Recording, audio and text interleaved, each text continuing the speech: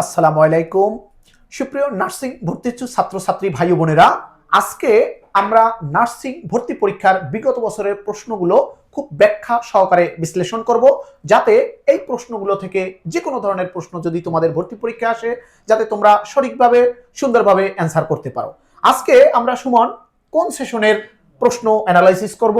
আচ্ছা, আমরা আজকে মূলত 23 এবং 24 সালে বিএসসি নার্সিং ভর্তি পরীক্ষা যেই প্রশ্নগুলো আসছে 100 মার্কের, এই 100 মার্কে আমরা পূর্ণাঙ্গ সমাধান দেব এবং ব্যাখ্যা সহকারে অ্যানালাইসিস করে। তো তোমরা যারা নার্সিং পরীক্ষা দিবা তাদের জন্য এই বিগত সালের প্রশ্ন খুবই ইম্পর্টেন্ট। বিশেষ করে তোমরা ডিপ্লোমা এবং বিএসসি দুইটা যেটাই পরীক্ষা দেয় না কেন, একজনের জন্য আরেকজনের প্রশ্নগুলো খুবই ইম্পর্টেন্ট। বিশেষ করে যারা ডিপ্লোমা দিবা তারা বিএসসির গুলো সমাধান করবা এবং তোমাদেরগুলো সমাধান করবা। আবার যারা বিএসসি তাদের জন্য বিএসসি নার্সিংও সমাধান করতে হবে, ডিপ্লোমা নার্সিংও সমাধান করতে হবে। কারণ আমরা দেখছি প্রায় একজনের সাথে আরেকজনের মানে খুবই মিল থাকে এবং একই টপিক থেকে প্রশ্ন করে, একটু হয়তো একটু ভিন্ন থাকে, তবে একই প্রসঙ্গ থেকে। তো আজকে আমরা মূলত 23 এবং 24 সালে মানে 23-24 সেশনে বিএসসি নার্সিং এর যেই প্রশ্নগুলো আসছে ওগুলো সমাধান করব। তাহলে 100 মার্কের প্রশ্নের সুমন আমি প্রথম 50টা সমাধান করব, এরপরে সারে 51 থেকে 100 পর্যন্ত আমি তোমাদেরকে ব্যাখ্যা সহকারে সবগুলো দেখাবো। তাহলে সুমন আর দেরি না করে শুরু করো প্রথম থেকে। এখনই তাহলে আমরা শুরু করলাম। আর শুরু করার আগে সবার কাছে একটু বিনীত অনুরোধ, আমাদের এই চেষ্টা হয়েছে তোমাদের জন্য, তোমরা যাতে এই প্রশ্নগুলো যাতে খুব সহজে সুন্দরভাবে দেখতে পারো, এই জন্য আমাদের আজকে এত আয়োজন। তো এই জন্য তোমাদের কাছে প্রথমে বিনীত অনুরোধ থাকবে, আমাদের চ্যানেলটা তোমরা একটু সাবস্ক্রাইব করে দাও এবং বন্ধুদের মাঝে একটু শেয়ার করে দাও, যাতে তোমার বন্ধুরা যাতে উপকার হতে পারে। তো আজকে কথা বেশি না পারে আমরা সরাসরি ক্লাসে চলে গেলাম। দেখো প্রথমে যেই প্রশ্নটা আছে যে নদী কোন ধরনের শব্দ। আমরা জানি বাংলা ভাষা মূলত শব্দকে 5 ভাগে ভাগ করা হয়েছে। এই তো যেমন তোমার দেশি শব্দ, তারপর হচ্ছে বিদেশি শব্দ, তৎসম শব্দ, অর্ধ তৎসম শব্দ, তদ্ভব শব্দ, এই যে 5 ভাগে ভাগ করা হয়েছে। এর ভিতরে প্রশ্ন করেছে নদী কোন শব্দ। আর আমরা জানি যে নার্সিং পরীক্ষায় প্রতি বছর এই শব্দ ভান্ডার থেকে একটা দুটো প্রশ্ন আসবি এবং এসে থাকে। তো তোমরা যারা এই যে প্রশ্নের সমাধান করবা, এই আনুষঙ্গিক অন্য অন্য তথ্যগুলো জেনে নেবা। আর ক্লাস শুরুর আগে প্রথম বলে দেই, তোমরা সবাই খাতা কলম নিয়ে বসো। আমি যে কথাগুলো বলবো, যেখানে লিখতে বলবো তোমরা ওগুলো লিখে রাখবা, কারণ এগুলো তোমাদের জন্য খুবই ইম্পর্টেন্ট। আর নার্সিংয়ের সবচেয়ে সুবিধা হয়েছে একই টপিক থেকে বারবার অনেকবার প্রশ্ন আসে, তবে হুবহু বা সরাসরি প্রশ্ন কমন না পড়লে মানে প্রসঙ্গিক একই টপিক থেকে একটু ঘুরিয়ে দেয়। যাই হোক, দেখো নদী কোন ধরনের শব্দ। আমরা জানি নদী একটি খাঁটি সংস্কৃতি শব্দ। সংস্কৃতি থেকে মূলত বাংলা ভাষা এসেছে। আর সংস্কৃতি শব্দটি কি বলা হয়, এটাকে বলা হয় তৎসম। মানে তৎসম কি, তৎ মানে তার, আর সম্মান সমান, তার সমান। তার সমান মানে কার সমান, সেটা হচ্ছে তোমার তৎসম মানে সংস্কৃতি সমান। তার মানে নদী একটি সংস্কৃতি শব্দ। আচ্ছা, মানে তৎসম শব্দ, নদী একটি তৎসম শব্দ। আর দেশি শব্দ কি, দেশি শব্দ হচ্ছে যেই সব শব্দ আমাদের আদিবাসী বা আমাদের আদি নিবাস বা আমাদের যে পূর্বপুরুষ থেকে সরাসরি বাংলা ভাষায় এসেছে, এগুলো মূলত আমাদের দেশি শব্দ।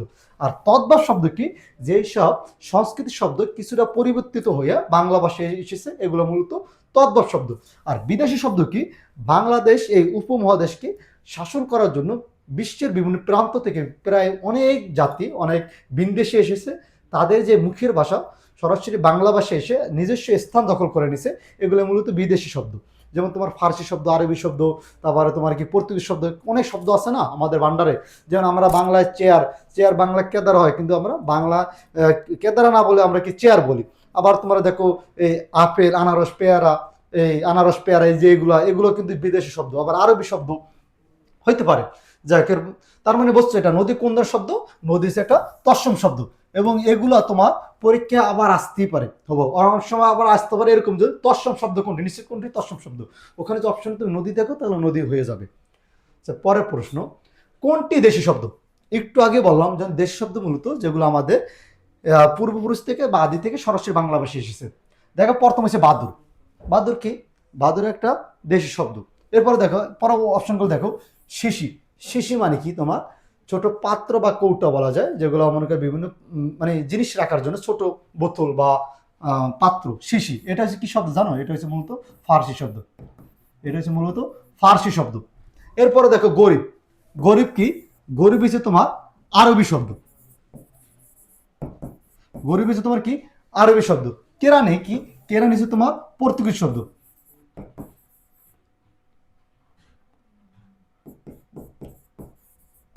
মূলত এটা হচ্ছে তোমার পর্তুগিজ শব্দ, ঠিক আছে। আচ্ছা, এরপরে দেখো, মর্মে বেদনা দেয়, মর্মে বেদনা দেয় যা বাক্যের সঠিক ব্যাস বা বাক্য সংকোচন কোনটি? মানে বাক্য সংকোচন মূলত আমরা বুঝে কি, যেগুলাকে আমরা, আর তোমরা দেখবে এই বাক্য সংকোচন আবার এক কথা প্রকাশ এরকম বলা হয়। এই বাক্য সংকোচন থেকে নার্সিংয়ে প্রায় পরীক্ষা এসে প্রশ্ন এসে থাকে। পড়তে হচ্ছে মর্মে বেদনা দেওয়া যা, মর্মে বেদনা দেয় যা বাক্যের সঠিক বাক্য সংকোচন কোনটি? মর্মে বেদনা, মর্মে মানে কি আমরা এটা বুঝি, মর্মে বেদনা মানে কি বুঝো? মর্মে বেদনা মানে হৃদয় বেদনা দেয়। প্রথমে দেখো মর্মবেদী, মর্মবেদী কি মানে হৃদয় যা ভেদ করে, কথা আছে না, আমার হৃদয় ভেদ করে গেছে, এইটা হচ্ছে মূলত মর্মবেদী। মানে মর্ম মানে হৃদয়, হৃদয় ভেদ করে যায়। আর মর্মস্পর্শ কি মানে হৃদয় স্পর্শ করে, কথা আছে না, এটা আমার হৃদয় স্পর্শ করছে, এটা আমার হৃদয় ইয়ারসে লেগেছে, এটা আমার মনে লেগেছে, এটা আমরা বলি না, মূলত এটা মর্মে স্পর্শ মানে হচ্ছে তোমার হৃদয় স্পর্শ। নির্ময়, নির্ময় কি হৃদয়হীন, কথা আছে না, ও খুব নির্ময়, ও হৃদয়হীন মানে পাষাণ হৃদয় এরকম বলি না, ওটা মূলত নির্ময়। আর মর্মান্তিক কি, মর্মান্তিক কি, মর্মান্তিক হয়েছে কি আমার হৃদয় অনেক বেদনা দিছে, মানে কষ্ট দিছে, মর্মান্তিক না, ঘটনাটা খুবই মর্মান্তিক মানে কি আমার হৃদয় দাগ কেটেছে, হৃদয় লেগেছে, হৃদয় বেদনা দিয়েছে, এটাই তার মানে। আর আমরা সঠিক উত্তর পেয়ে গেছি। মানে মর্মে বেদনা মানে কি হৃদয়, মানে মর্মে মানে হৃদয়, আর মর্মান্তিক, মর্মান্তিক মূলত মূলত হৃদয় বেদনা করছে। তার মানে হৃদয় বেদনা দেখে এক কথায় বা বাক্য সংকোচনে তোমার মর্মান্তিক। ঠিক আছে, তার মানে বুঝছো মর্মে বেদনা মানে কি, মর্মে বেদি মানে হৃদয় বেদ করে, মর্ম স্পর্শ মানে কি হৃদয় স্পর্শ করে। নির্ময় মানে কি নির্ময় হৃদয়হীন বা যার সে হৃদয় দয়া নেয়া কম ওইটা আর কি। আর মর্মান্তিক মানে যা হৃদয় বেদ করে বা হৃদয় কষ্ট দেয়। ঠিক আছে, তার মানে বুঝছো, তার মানে মর্মে বেদনা দেয় যা, মর্মে বেদনা দেয় যা তা হচ্ছে মূলত মর্মান্তিক।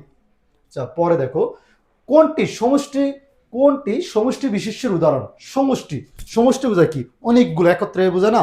দেখো জনতা, জনতা বলতে কি বোঝায় অনেকগুলো লোকজন, বলার এখানে আম জনতা, এখানে এত জনতা মানে একটা কি একটা তোমার জনসংখ্যা সমষ্টিকে বুঝেছে, মানে লোকের সমষ্টি বুঝেছে। দেখো এটাই কিন্তু আমরা পরতুনি পেয়ে গেলাম, এক নম্বরে তাহলে উত্তর হয়ে যায় কোনটি সমষ্টি বিশেষ্য। আর বিশেষ্য বলতে কি বোঝায় নাম, নাম না, তার মানে জনতা হচ্ছে তোমার সমষ্টি বিশেষ্য। দেখো এই যে লবণ, লবণ কি, লবণ হচ্ছে তোমার একটা বস্তু, লবণ কি বস্তু না, এটা হচ্ছে বস্তু বিশেষ্য বা বস্তুর নাম।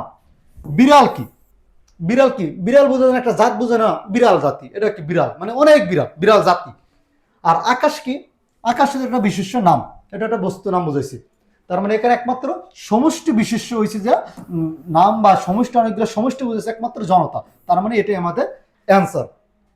পরের প্রশ্ন, লেফা দুরস্ত, লেফাফা দুরস্ত বাগধারাটির অর্থ কি? লেফাফা দুরস্ত মানে লেফাফা দুরস্ত বলতে এরকম বোঝায় উপরে ফিটফাট ভিতরে সদরঘাট, মানে বাইরে থেকে পরিপাটি মনে হইলো ভিতরে কিছু নেই, এটাই কি মূলত বোঝায়। দেখো এটা কি বোঝায়, যেমন কফট, কফট মানে কি, কফট বলতে বোঝা যায় এরকম যেমন উপরে খুব সুন্দর পরিপাটি ভিতরে সব খালি, এটাকে মূলত বোঝায় কপট। আর সেটাকে মূলত বোঝা যায় লেফাফা দুরস্ত, মানে বাইরে থেকে পরিপাটি হইলো ভিতর থেকে খালি।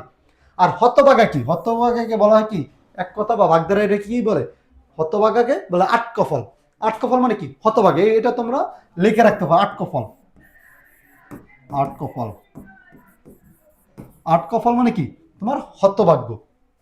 আচ্ছা, পরের প্রশ্ন, কোনটি বাংলা ভাষার বৈশিষ্ট্য? বাংলা ভাষার বৈশিষ্ট্য, ভাষার ধ্বনিসমূহের অর্থবোধকতা নাই, এটা তো আসলে হবেই না, কারণ তোমার বাংলা ভাষার ধ্বনিসমূহ তো অবশ্যই অর্থ থাকতে হবে। কোনটি বাংলা ভাষার বৈশিষ্ট্য, বাংলা ভাষার বৈশিষ্ট্য, তার মানে ভাষার ধ্বনিসমূহের অর্থবোধকতা নাই, অর্থবোধ নাই, এটাই হইতে পারে না, এটা তো হইতে পারে না, কারণ আমরা জানি ধ্বনিসমূহ তো অর্থ থাকতে হবে। বাক্যে স্বাধীনভাবে শব্দের স্থান পরিবর্তন করা যায়। আচ্ছা, বাক্যে স্বাধীনভাবে শব্দের স্থান পরিবর্তন করা যায়, এটা আমরা দেখি রাখতে পারি, তবে স্বাধীনভাবে করা যায় না। এরপর একটু দেখি, ক্রিয়াপদ ছাড়া বাক্য গঠন করা যায় না, না এটা তো হয় না, কারণ ক্রিয়াপদ ছাড়া কি বাক্য গঠন করা যায় না, ক্রিয়াপদ ছাড়া বাক্য গঠন করা যায় না। যেমন আমি যে বলি, যেমন আমার বাবা ডাক্তার, এটা যে বলে এখানে তো কোনো ক্রিয়া হয় না, ক্রিয়া মানে কি বোঝায় কাজ করা বোঝায়। যেমন আমি যে বলি আমি পড়ি, এটা একটা ক্রিয়া হয়, কিন্তু আমি যে বলি আমার বাবা সে, এখানে তো কোনো মানে ক্রিয়া প্রয়োজন হয় নাই। ঠিক আছে, এই যে এখানে তার মানে কি ক্রিয়াপদ সারা বাক্য গঠন করা যায়, এটা এটা সম্ভব। ভাষার নিয়ত পরিবর্তনশীল, হ্যাঁ এটাই সবচেয়ে সঠিক, তার মানে এখানে বাক্যে স্বাধীনভাবে শব্দের স্তর পরিবর্তন করা যায় না, এটাও কিন্তু ভুল।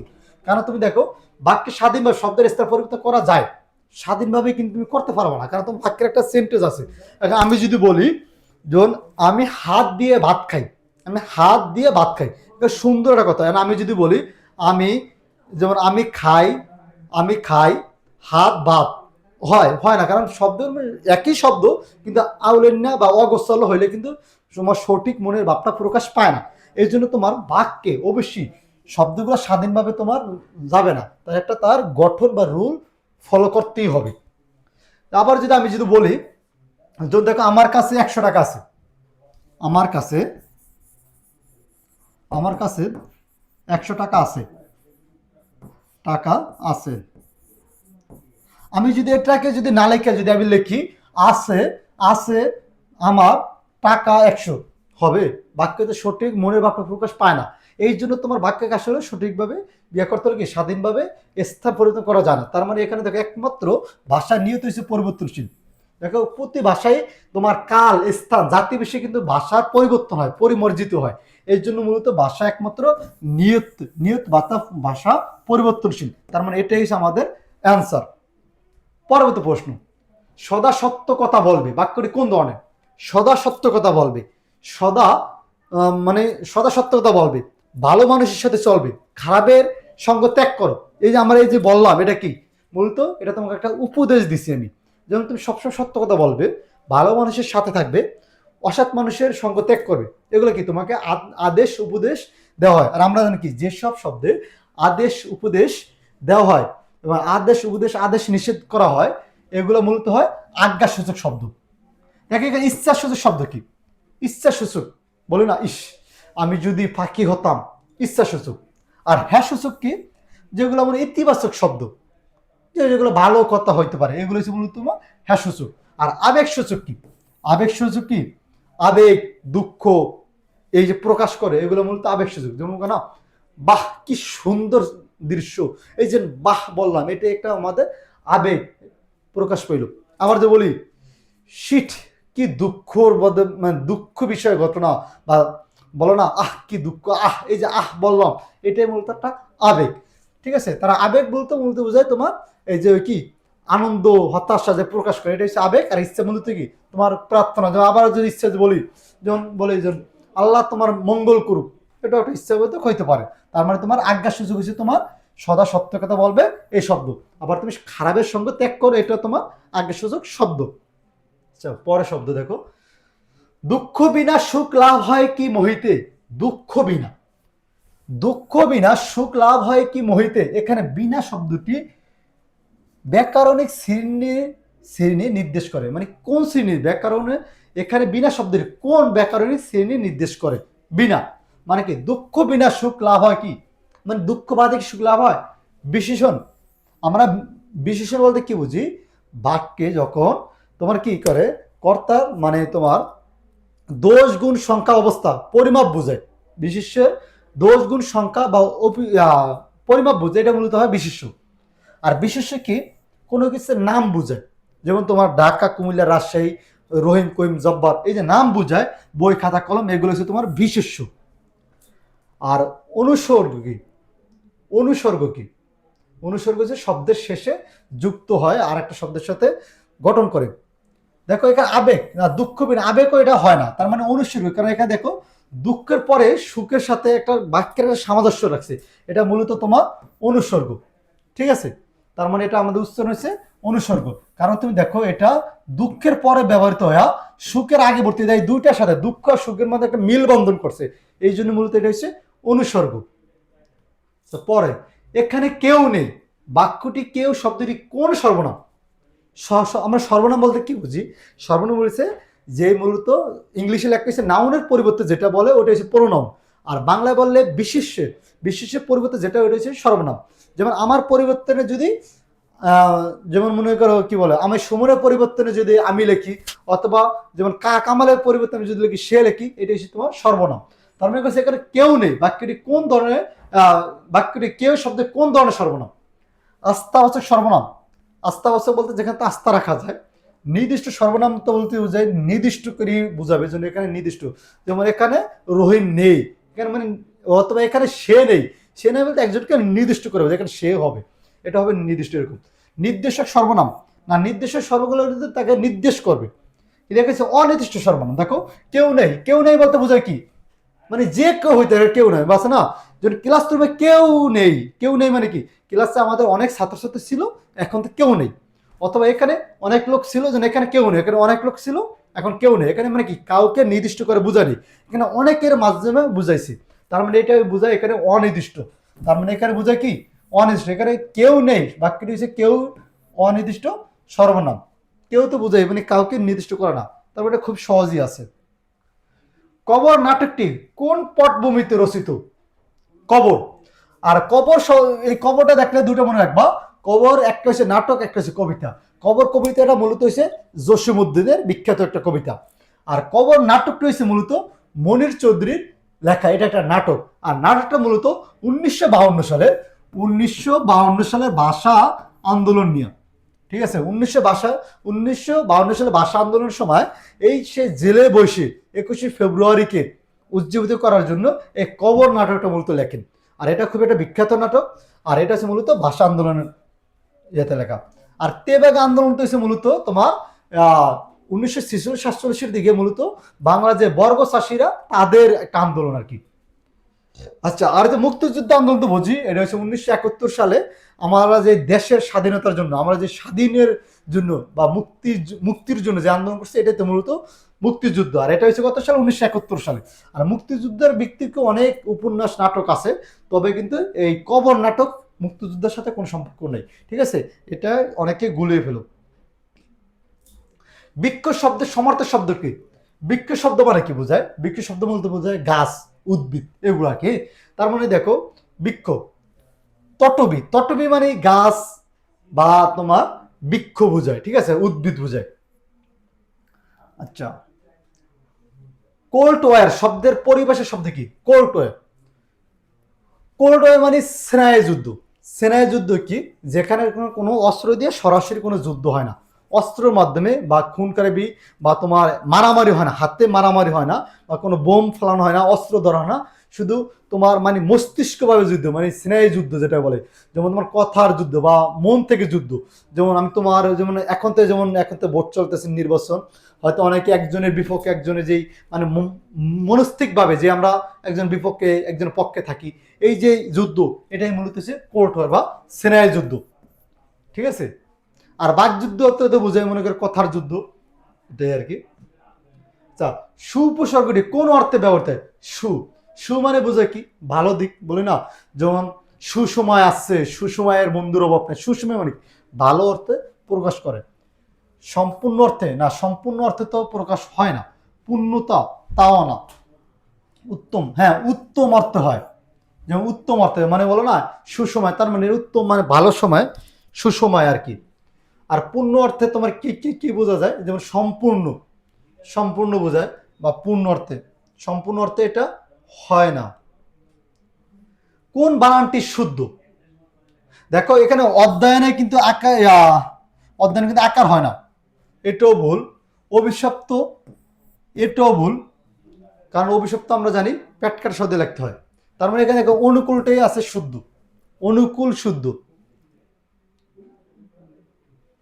জটিল বাক্যের উদাহরণ কোনটি? জটিল বাক্য আমার মনে রাখতে হবে, জটিল মানে বাক্য যে আছে সরল, জটিল, যৌগিক। সরল বাক্যে কি? সরল বাক্যে একেবারেই একটা ক্রিয়া এবং একটা সমাপিক ক্রিয়া থাকে। আর তোমার জটিল বাক্য কি? জটিল বাক্য সবচেয়ে সহজ চেনার উপায় হচ্ছে যেহেতু, সেহেতু, তবুও, যদিও, এরকম যদি থাকে বাক্যের মধ্যে লেখা, সেটা হচ্ছে মূলত জটিল বাক্য। আর যৌগিক বাক্য কি? যৌগিক বাক্য হচ্ছে মূলত যদিও, কিন্তু, সুতরাং, মানে কি জটিল বাক্য হচ্ছে তোমার কিন্তু এবং সুতরাং এগুলো থাকে, এগুলো মূলত হচ্ছে তোমার যৌগিক বাক্য। যেমন তোমার বলি সে গরিব কিন্তু সৎ, এই যে সে গরিব কিন্তু সৎ, এই যে দুইটা বাক্য এখানে কিন্তু দেওয়া, মাঝখানে মানে তোমার যৌগিক বাক্য চেনা সবচেয়ে সহজ, এটা একটা মনে রাখো। আচ্ছা, যৌগিক বাক্য,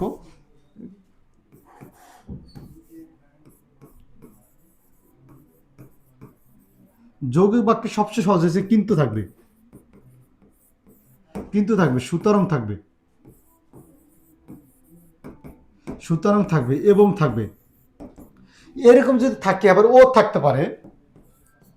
যেমন তোমার কি বলি, যেমন সে ডাক্তার, সে ডাক্তার এবং তার ওয়াইফ শিক্ষিকা, এই যে এবং যুক্ত হয়েছে, এগুলো মূলত যৌগ বাক্য। আর তোমার এই যে জটিল বাক্য হইতে পারে, যেমন যদিও সে গরিব তবুও সে সৎ, যদিও সে ভালো ছাত্র তবুও সে বেয়াদ্দপ, এরকম হয় না? এই যদিও তবু এগুলো হচ্ছে মূলত জটিল বাক্য। এখানে কি হয়েছে, আমি বলি এক আর সে বলে আরেক, আমি বলি এক আর সে বলে এই আবার আরো থাকতে পারে, মানে কিন্তু সুতরাং এবং ও এবং আর, এগুলো মূলত হচ্ছে তোমার যৌগিক বাক্য। আমি বলে এক আর সে বলে আরেক, দুইটা ভিন্ন বাক্য, দুইটা সমাপিকা বোঝাচ্ছে। মনে হচ্ছে আজ বৃষ্টি হবে, আচ্ছা এটা রাখতে পারি, তার মানে এটা তো হবে না। ছেলেটি দুষ্ট কিন্তু অনেক মেধাবী, এই তো ছেলেটি দুষ্ট কিন্তু অনেক মেধাবী, কিন্তু আছে, এটা কি যৌগিক। পাখি আকাশে উড়ে, এটা তো হচ্ছে তোমার সরল বাক্য, পাখি আকাশে উড়ে। আবার কি মানুষ গাড়ি চালায়, তো সহজ, যেন আমি পড়ি, এগুলো হচ্ছে আমার সব সরল বাক্য। তার মানে এখানে হচ্ছে একমাত্র মনে হচ্ছে আজ বৃষ্টি হবে, এখানে মনে হচ্ছে, এখানে একটা যে আছে উর্জ, মানে মনে হচ্ছে যে আজ বৃষ্টি হবে, তার মানে এটা হচ্ছে তোমার জটিল বাক্য। আর জটিল বাক্য সবচেয়ে সহজ উত্তর হচ্ছে এটাই, যদিও তবুও যেহেতু সেহেতু, এরকম এগুলো থাকবে, এগুলো থাকলে তোমার জটিল বাক্য। আর যৌগিক বাক্যের সবচেয়ে সহজ, এটাই মনে রাখবো, যদি কিন্তু সুতরাং এবং ও আর, এগুলো থাকলে মূলত যৌগিক বাক্য। নদী মাতা যার, নদী মাতৃ, এটি কোন সমাস? দেখো নদী একটা শব্দ আর মাতার একটা শব্দ, নদী মাতৃ যার, নদী মাতৃ। নদী আর মাত্রা দুটো ভিন্ন শব্দ, কিন্তু নদী মাতৃ বলতে তুমি এটা বুঝো নদী এবং মাতা দুইটা কি বুঝো? না, নদী মাত্রা তো আমরা বুঝি না। নদী মাতৃ বলতে বোঝায় কি, যেমন আমাদের যেমন বাংলাদেশ নদী মাতৃক দেশ, মানে নদী মাতৃক দেশ, মানে অন্য কিছু বোঝায়। তার মানে কি, অন্য কিছু বুঝালে আমরা জানি কি বহির্বিরী সমাজ, যেই সমাজে পূর্বপদ এবং পরপদ বা উত্তম পদ পরপদ কোনোটার অর্থ না বুঝাইয়া অন্য কোনো অর্থ বুঝায়, সেটাই কি তোমার বহুবিরী। এটা আমরা বহুবিরী বুঝি না। আর দ্বন্দ্ব সমাজ বলতে বুঝি কি, দ্বন্দ্ব সমাজ বলতে বোঝায় যে সমাজে দুইটা পথে সমান গুরুত্ব পাবে, সেটাই মূলত তোমার দ্বন্দ্ব সমাজ। যেমন তোমার ভাই বোন, বাবা মা, বই খাতা কলম, এগুলো মূলত তোমার দ্বন্দ্ব সমাজ। আচ্ছা পরের প্রশ্ন, আরেক প্রশ্ন আমরা আমি খুব একটু তাড়াতাড়ি করতেছি, যাতে তোমরা এই খুব অল্প সময়ের ভিতরে সবকটা প্রশ্ন, 100টা প্রশ্ন তোমরা সলভ করতে পারো। আচ্ছা, কোনটি দীর্ঘ সমাজের উদাহরণ? দীর্ঘ সমাজ, কুলের সমীপী, উপকূল। আচ্ছা, বই খাতা কলম, এগুলো কি আমরা জানি, এটা তো দ্বন্দ্ব সমাজ, মানে কি সবটির গুরুত্ব পাবে। চৌরাস্তার সমাহার, চিরকাল বেপিয়া কুমার, কোনটা হবে? আমরা জানি কি চৌরাস্তার সমাহার মানে যেই শব্দে তোমার মনে রাখবা, যেই শব্দে কোনো সংখ্যাবাচক থাকে, এটাই মূলত হয় দীর্ঘ সমাজ। যে শব্দের শুরুতে মূলত সংখ্যাবাচক শব্দ থাকবে, সেটাই মূলত দীর্ঘ সমাজ। যেমন তে মাথা, 3 রাস্তার মাথা। যেমন চৌরাস্তা মানে কি 4 রাস্তার সমাহার, এটা মূলত হয় দীর্ঘ সমাজ। তার মানে কি দীর্ঘ সমাজ হয়েছে চৌরাস্তা সমাহার। আর চিরকাল বেফিয়া কুমার, তার মানে চিরু কুমার, চিরকুমার মানে কি, এটা হচ্ছে তৎপুরুষ সমাজ। ঠিক আছে। আচ্ছা পরের প্রশ্ন, পরচ্ছন্ন শব্দের বিপরীতার্থ শব্দ কোনটি? পরচ্ছন্ন শব্দের বিপরীতার্থ শব্দ কোনটি? মানে পরচ্ছন্ন মানে কি, আগে মনে রাখতে হবে পরচ্ছন্ন মানে কি। পরচ্ছন্ন মানে হচ্ছে তোমার গোপন, ভিতরে। তার মানে এটার বিপরীত চাইছি। পরচ্ছন্নের বিপরীত হইতে পারে কি, তোমার খোলা, উন্মুক্ত, এরকম হইতে পারে। দেখো পরোক্ত মানে তো, মানে পরোক্ষ মানে কি, প্রত্যক্ষ পরোক্ষ, এটা হইতে পারে। দেখো প্রস্থান, সেটা তো হইতে পারে না। বিশেষণ, আচ্ছা ব্যক্ত হইতে পারে, যেমন কেউ প্রচ্ছন্ন, যেমন তার ভিতরে সুপ্ত প্রচ্ছন্ন ব্যক্ত হয়েছে, বা ব্যক্ত মানে কি প্রকাশ পেয়েছে, মানে এই সুপ্ত, তার ভিতরে সুপ্ত প্রচ্ছন্ন, মানে তার ভিতরে সুপ্ত যে গুণ আছে। প্রচ্ছন্ন মানে কি সুপ্ত থাকে বা গোপন থাকে, এটা ব্যক্ত মানে কি ওপেন হয়েছে। তার মানে হচ্ছে প্রচ্ছন্নের বিপরীত শব্দ হচ্ছে ব্যক্ত। আর এগুলো মনে রাখতে হবে, প্রত্যেকটা প্রশ্ন কিন্তু 2023-24 সালের নার্সিং ভর্তি পরীক্ষায় এসেছে।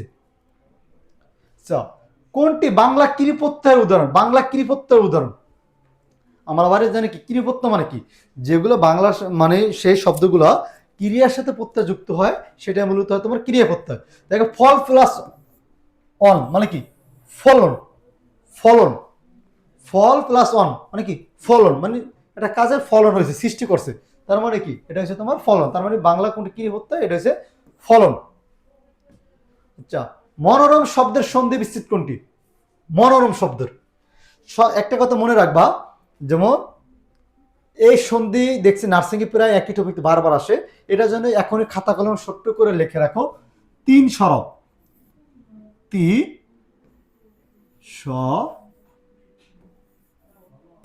তিন সরব। এইটা মনে রাখলে তুমি যত বিসর্গ সন্ধি আছে সব পারবা। তিন সরব মানে কি, তোমার তিনটা স আছে না, আমরা জানি কি তিনটা স কি কি, তালেবাস স, মদিনার স, কি দন্তের স। কোনো শব্দের ভিতরে যদি এই তিনটা থাকে, এগুলো সরাই দিয়া এই জায়গায় শুধু বিসর্গ বসায় দিবা। এবং যদি রেপ থাকে বা র থাকে এবং ও ও বা এমনকি ওকার যদি থাকে, এগুলো পরিবর্তে শুধু মানে বিসর্গ বসা দিবা, তাহলে তোমার বিসর্গ সন্ধি হয়ে যাবে। দেখো এখানে কি আছে, ম নগণ্য রম, মনোরম মানে কি, এখানে তোমার ও আছে না, ওর পরিবর্তে শুধু বিসর্গ বসা দিবা। দেখো মন বিসর্গ যোগ র, মনোরম, তার মানে আমাদের এটা হয়ে গেছে। যেমন আমরা যদি জানি তপবন, ত প তপবন, এখানে শুধু তুমি তপ বিসর্গ দিয়া বন দিবা, শেষ হয়ে যাবে। তার মধ্যে তোমার কোনো শব্দের ভিতরে তিন স্বর মানে কি, তিনটা স এবং র বা রে এবং ও বাদ দিয়া শুধু তুমি বিসর্গ বসাই দিবা, তাহলে তোমার বিসর্গ সন্ধি হয়ে যাবে। তার মানে তোমার এখানে যে মনোরম শব্দ আছে, এই যে মাঝখানে বাক্যের মাঝখানে যে ওকার আছে, এটা পরিবর্তে আমরা শুধু বিসর্গ বসাই দিছি, তার মানে আমাদের এটা হয়ে গেছে, এটা একটা বিসর্গ শব্দ। ঠিক আছে, তার মানে সবসময় মনে রাখতে হবে তিন স, তিন সরব, তিন সরব মানে কি তিনটা সসরাবা, রসরাবা এবং ওকার সরাবা, তাহলে হয়ে যাবে। আচ্ছা, পরের প্রশ্ন দেখো 21 নম্বরে, গ্লাইকোলাইসিস প্রক্রিয়াটি উদ্ভিদের কোথায় সংঘটিত হয়? গ্লাইকোলাইসিস আমরা জানি শক্তির প্রয়োজনে প্রথম যে গ্লাইকোলাইসিস হয়, এটা কোথায় হয়? সাইটোপ্লাজম। আমরা জানি একটা কোষের, একটা সজীব কোষের চাইরো পাশে যেটা থাকে, মানে তোমার প্রথমে যে কোষ ঝিল্লি বা কোষ পর্দার পরে যেটা থাকে, ওটা মূলত সারা মানে সাদা তরলের মতো যে অংশটা থাকে, ওটা মূলত সাইটোপ্লাজম। আর সাইটোপ্লাজম প্রথমে মূলত গ্লাইকোলাইসিস প্রক্রিয়াটা শুরু হয়। ঠিক আছে, আর আমরা তো জানি নিউক্লিয়াস কি, নিউক্লিয়াসে মূলত একটা কোষের মস্তিষ্ক বা একটা কোষের কেন্দ্র, বা এটাকে বলা হয় কোষের মস্তিষ্ক। আর মাইটোকন্ড্রিয়া কি, মাইটোকন্ড্রিয়া হচ্ছে মূলত শক্তি উৎপাদনের কারখানা। মাইটোকন্ড্রিয়া এটা তোমার নার্সিংয়ে অনেকবার প্রশ্ন আসছে, এটা তোমরা লিখে রাখতে পারো, শক্তি উৎপাদনের কারখানা বা পাওয়ার হাউস, শক্তি উৎপাদন কারখানা বা পাওয়ার হাউস। পরের প্রশ্ন, নিচের কোনটি ভাইরাস জনিত রোগ? ভাইরাস জনিত রোগ আমরা জানি, দেখো এখানে কি আছে, টাইফয়েড, ম্যালেরিয়া, কলেরা। একমাত্র জিকা ভাইরাস, এটা নামও তোমরা অনেকে শুনছো। জিকা ভাইরাস মূলত একটা মশার মাধ্যমে ছড়ায়। টাইফয়েড কি, টাইফয়েড এসে তোমার একটা ব্যাকটেরিয়া জনিত রোগ। ম্যালেরিয়া কি, ম্যালেরিয়া এসে তোমার একটা পরজীবীর মাধ্যমে ছড়ায়। কলেরা কি, কলেরা তোমার মূলত একটা ব্যাকটেরিয়া জনিত রোগ। মূলত টাইফয়েড কি, টাইফয়েড তোমার মূলত পচা বাসি খাবারের মধ্যে ছড়ায়। এবং কলেরা কি, মূলত পানি বাহিত রোগ বা পানির মাধ্যমে ব্যাকটেরিয়া ছড়ায়। তার মানে এখানে নিচে কোনটা ভাইরাস জনিত রোগ, এটা মূলত হচ্ছে জিকা ভাইরাস। খেজুরের কাঁচা রসে কোন ধরনের ভাইরাস পাওয়া যায়? এটা অনেকবার আসছে পরীক্ষায় এবং এবারও আসতে পারে। আমরা জানি খেজুরের রসে, এই শীতকালে কাঁচা খেজুর রস খাইতে হয় না, কারণ ভাদুরের মাধ্যমে খাজুরের রসে একটা ভাইরাস ছড়ায়, যেই ভাইরাসটার নাম হচ্ছে তোমার নিপা ভাইরাস।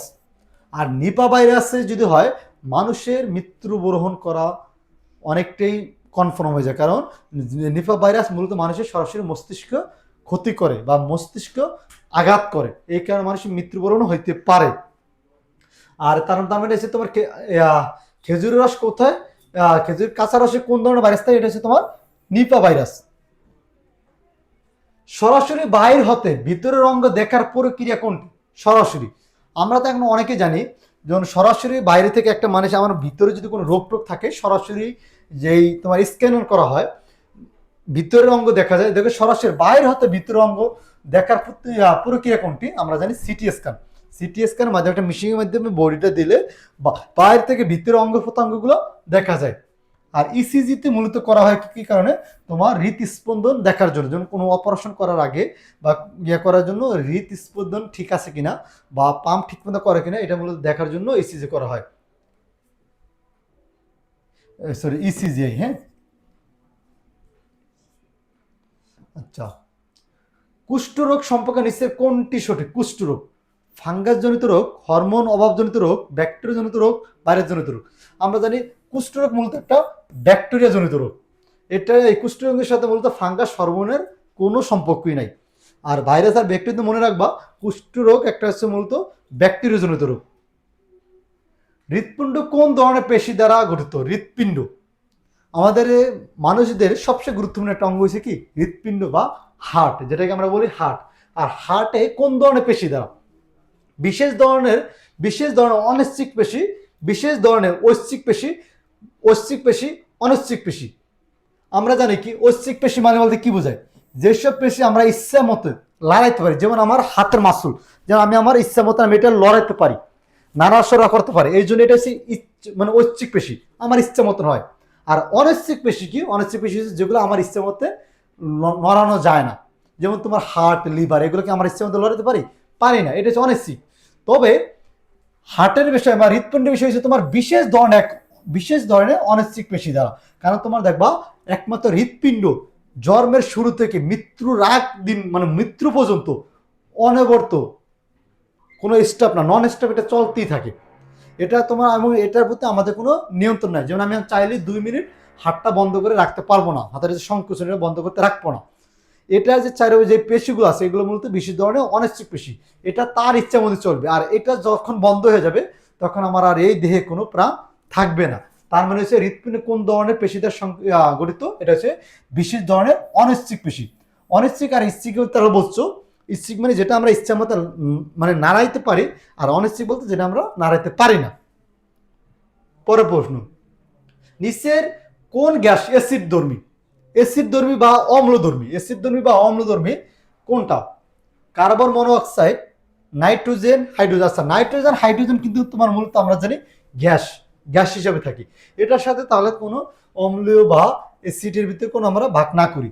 আর কার্বন মনোঅক্সাইড হচ্ছে মূলত একটা, আমরা জানি কার্বন মনোঅক্সাইড হচ্ছে একটা তোমার কি নীরব ঘাতক, বা এটাকে বলা হয় প্রমোশন। এটা তোমার অম্ল বা অ্যাসিড বা ক্ষার কোনোটাই এটা প্রকাশ করে না। একমাত্র কার্বন ডাই অক্সাইড তোমার পানির সাথেও বিক্রিয়া করে এবং পানিতে বিক্রিয়ার মাধ্যমে সে সালফারিক তোমার কি তোমার তোমার কার্বনিক অ্যাসিডও সে উৎপাদন করে। এই জন্য তোমার কার্বন ডাই অক্সাইড হচ্ছে একমাত্র তোমার অ্যাসিডধর্মী বা অম্লধর্মী।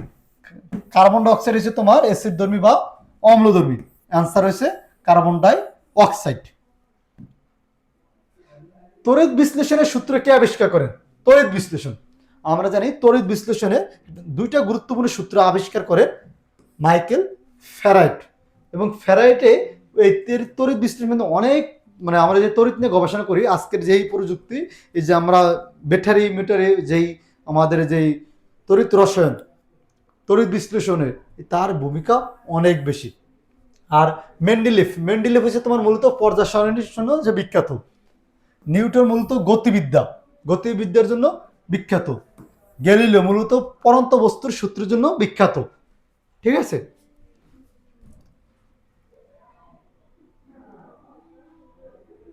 আচ্ছা, সিএনজি এর পুনরূপ কি? সিএনজি মূলত আমরা যে পরিবেশে প্রাকৃতিক গ্যাস পাই, প্রাকৃতিক গ্যাসকে উচ্চ চাপে যে বাজারজাত করানো হয়, এটাই মূলত সিএনজি। উচ্চ চাপ মানে কি?